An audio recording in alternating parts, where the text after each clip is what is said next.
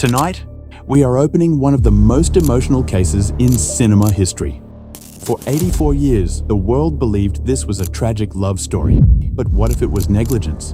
What if one reckless decision, one selfish promise, one moment of pride changed the course of Rose's entire life? Ladies and gentlemen of the jury, did Jack Dawson cause Rose's death? Court is now in session.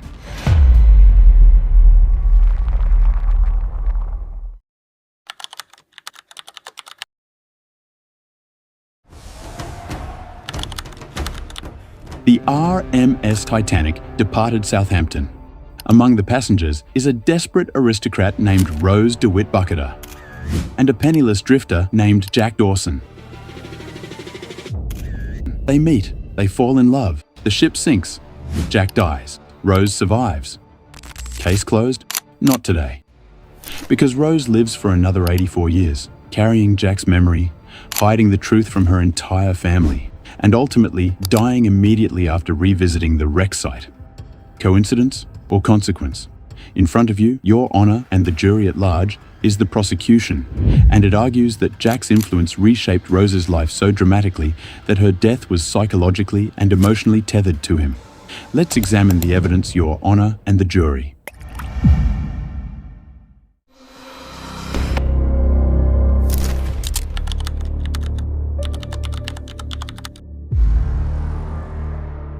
Before Jack, Rose was standing at the back of the ship, ready to jump. She was trapped in a suffocating engagement, controlled by Cal, silenced by her mother, facing a life of misery, and then boom. Please, don't jump. I can turn things around for you. Why would you? Because you don't deserve this. Jack intervenes. Heroic? Yes. But here's the twist. He doesn't just stop her from jumping. He becomes her escape plan. From that moment forward, Rose emotionally detaches from her entire world. Family, status, security, future, everything shifts toward Jack. So in this case, the prosecution argues, Jack didn't just save her life, he redirected it entirely. He introduced emotional dependency during a moment of extreme vulnerability. That matters a lot to have been involved in the death of Rose.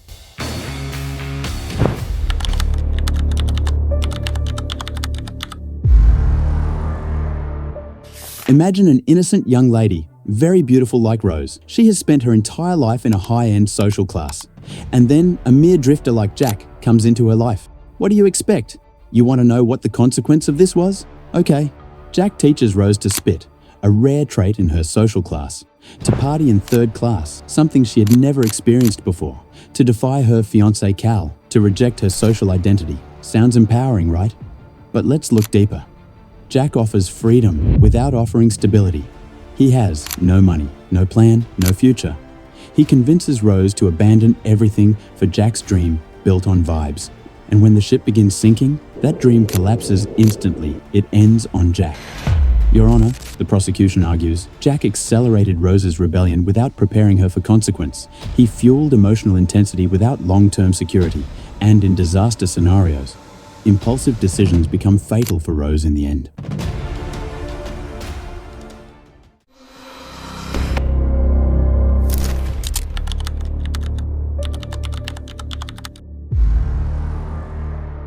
Yes, we have to address the door. Jack places Rose on floating debris. He remains in freezing water. He dies. The world sees sacrifice. But let's question the framing. Was it truly impossible for both of them to survive? Many analysts have argued the door had space, but even beyond physics, let's examine psychology. Jack insists, you must survive, promise me. He anchors her survival to a promise about living fully. This creates something powerful, survivor's burden.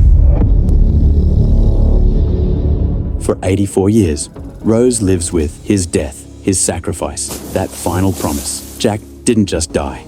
He emotionally locked Rose into a life sentence of proving his sacrifice was worth it. That kind of psychological weight shapes a lifetime.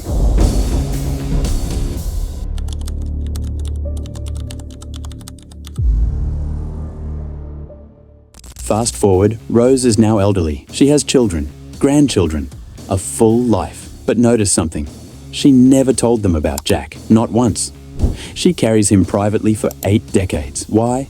Because Jack wasn't just a memory, he was unfinished business. Then she returns to the Titanic wreck site, tells the full story, drops the necklace into the ocean, and that same night, she dies peacefully in her sleep. Did Rose finally let go?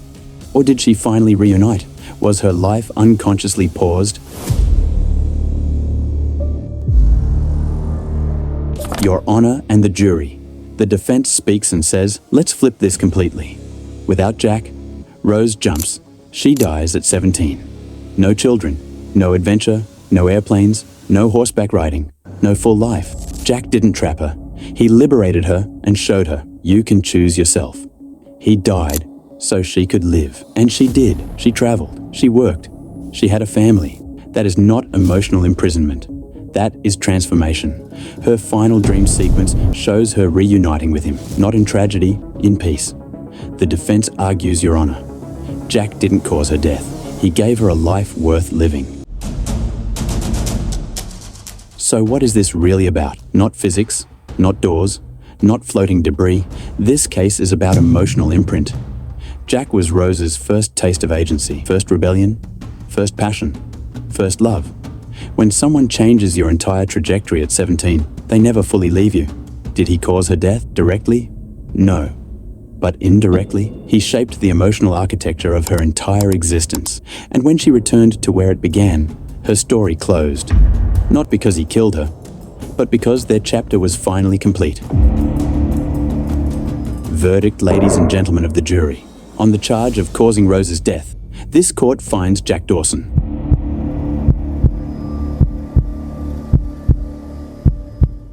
not guilty of murder, but guilty of permanent impact. Now I turn it to you.